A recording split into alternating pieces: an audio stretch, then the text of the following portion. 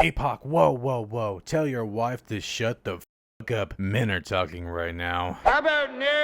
What's going on, everyone? It's your favorite jealous hater Apoc, and welcome to the most positive and uplifting channel on the platform. Well, unfortunately, my queens, today I'm not so chipper. I know I'm usually known for my upbeat and cheery outlook on things, but today is just not one of those days. Now, if you're out of the loop, recently I posted up on my community tab about a certain somebody, Keren and Khoa's high school friend, this guy, being rather sexist and misogynistic to my wife, which I usually don't use those words, but obviously that seems to be the case here, which me and my community are highly against. We don't think we're above any women, and we don't tolerate that trash. And there's a big difference between criticizing and just shaming and hating a woman. I know that's kind of crazy coming from me, because there are some people who think otherwise, but not once in any of my videos have I ever thought that I'm better than anybody. And if I ever have, it's because I don't need to lie for money. Anywho, this outstanding citizen, I believe his name is Lauren or something, was pretty pressed about my recent video on his two little buddies, which that video was kkandbabyj receives a $141,800 COVID loan for no reason. And to be frank, all this was probably brownie points just to look good, defending Tweedledee and Tweedledum, but clearly the mark was missed. Yeah, I'm not getting any takers on that. Big misfire, whiff. Okay, let's get this sob. So like I said, I made that video on Keren and Khoa getting the COVID loan. Lauren, or whatever the hell his name is, Keren and Khoa's little high school buddy, basically their housemate now, commented on my video, and this is what this goon had to say. 3 things.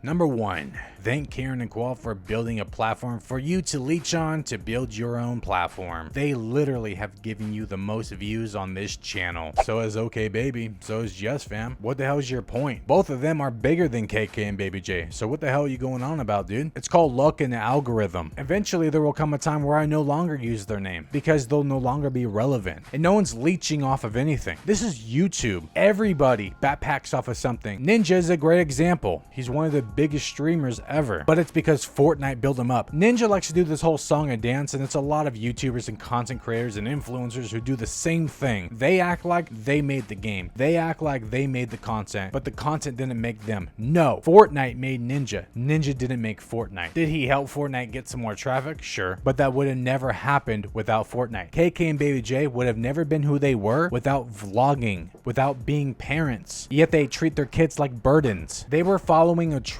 and hopped on it. That's why they hop on trendy titles. They backpacked off a pregnancy, off a fake pregnancy, for money. So everybody, every YouTuber goes off of something. Me, I call people out. Yes, I'm using their names, but they use names too. kkandbabyj just use L Mills and Karina in their titles. Oh, but they're not cloud chasing? They're using somebody else's name. They even tag their names too in the titles. They tag the names. Everybody backpacks. Everyone, every single creator. But what I find fucking hilarious is that this is the same dude who flexes cars and shit when it's not even his car, who has a channel that gets shout outs from kkandbabyj, from Khoa, from Keren, to traffic over to his channel. And the icing on the cake is that all his content is inside of their office. He makes all his videos in their house. So here it is, bro.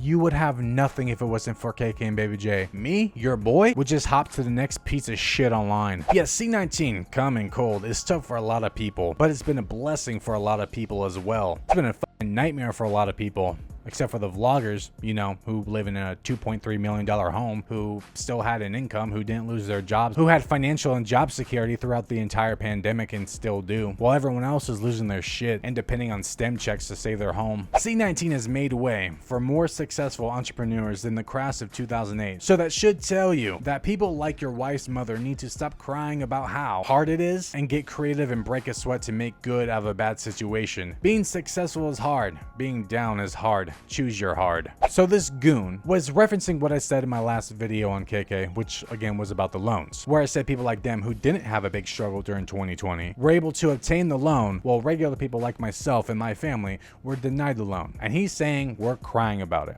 Nobody's crying about it. It was an example of. That's all it was. He has no idea how hard my mother-in-law has worked since she lost her business, but he's just going to assume that we're over here crying about it, even though his friends, Keren and Khoa, are the biggest crybabies of all. Does he forget this clip? So yeah, and there's a lot of things like a lot of the comments were like, ever since they moved into this house, they've been different.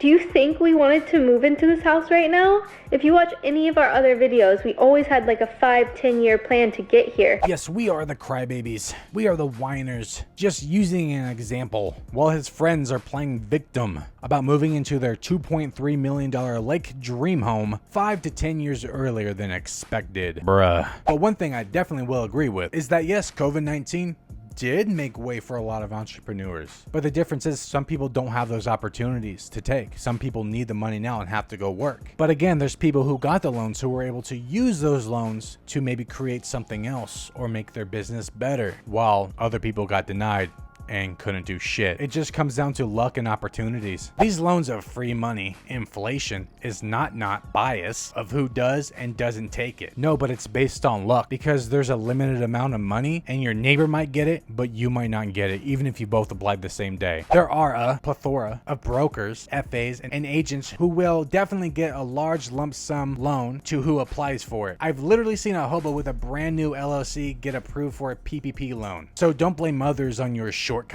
So do you know what a shortcoming is? So why are you comparing that to something like the COVID loans that are based on luck to get? You can either be eligible or not. That doesn't make you a failure. It just means you weren't eligible. So no one's blaming anybody. The point is, kkandbabyj and so many other vloggers, again, this isn't just about them. So many YouTubers and whatever did this. It's about the fact that even if people were eligible to get the loan, they may not have ever gotten the loan because there was a limited amount of money, and people like Keren and Khoa and Love Meg, Micah Stoffer, and all these other people took advantage of it and capitalized on it. And to be frank, I don't really believe this kid about the hobo getting a PPP loan, because you can't even get the loan unless you have a business before January 2020. You couldn't just create a random business and get a loan. That's not how it works. P.S. You're big mad, big broke, gobbling the peen off of my friends who have literally given me the clothes off their backs and a hot meal to eat when I had nothing. Like I said in the comment section, I don't really care what they did for him because it was probably stolen. And I'm big mad? Bro, you're in my comment section. Came all the way over to talk shit, to defend your friends because you want some brownie points so that maybe you get another shout out and more traffic to your channel. But you know, at the end of the day, this kid is the one that's pressed. He's the one that's big mad because I'm making more money off of his friends than he's actually making off of them. P.S. You ugly as fuck, boy. Big ol' mole in your face head. P.S.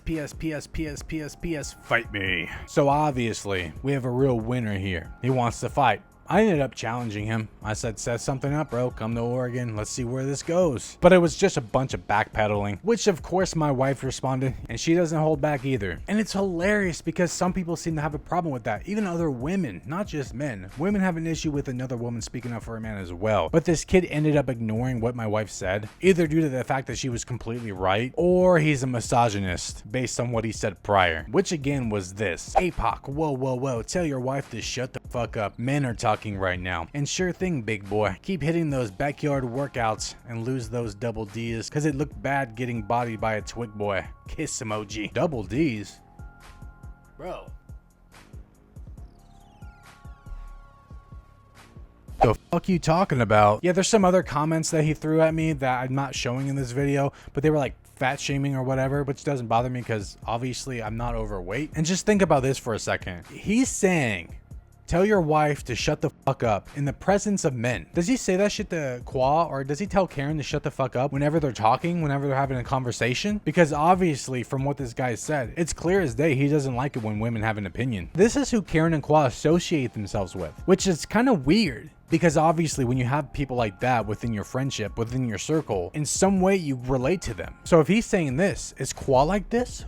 That's kind of weird that Keren and Khoa, such kind and compassionate people, are hanging out with filth like this. Somebody who's trying to silence women in 2021, fat shaming another person. Why are Keren and Khoa hanging out with somebody like that? I'll tell you why. Because that's who they are too. That's who Khoa is. This guy trying to fight me is who Khoa is. Khoa was trying to start fight people, not just in high school, but when he was a young adult too, around when he had his first child. And there's proof in that on Twitter. He was using racial slurs, he was using homophobic slurs, he was trying to fight people based on being a young adult, not just in high school. And this person is from his high school. He hangs around with the same people. So this just goes to show that Khoa's never changed, Keren's never changed. They still are the same person, and they're faking a facade for online, which is what I've been spewing for over a year now. But this is more proof. And all he's doing is defending people who he's been leeching on. He's worked at their restaurant. He helps them set up stuff. He's basically their housemaid. He's on call whenever they need help to build something or put something together. And you know, probably what he gets in return is he gets to use their office for his shitty Twitch videos or stream videos, whatever he does. I don't know. Just makes you think, if Keren and Khoa are hanging out with somebody like this, imagine how they are in real life. Anyways, all you jealous haters, that's about it. Not really much else to say here, other than I told you so. I'm not really pressed about that he told my wife to shut the fuck up. My wife can defend herself. I don't need to step in. But at the end of the day, he said it over a keyboard and not in my face. Alright, that's it. Peace.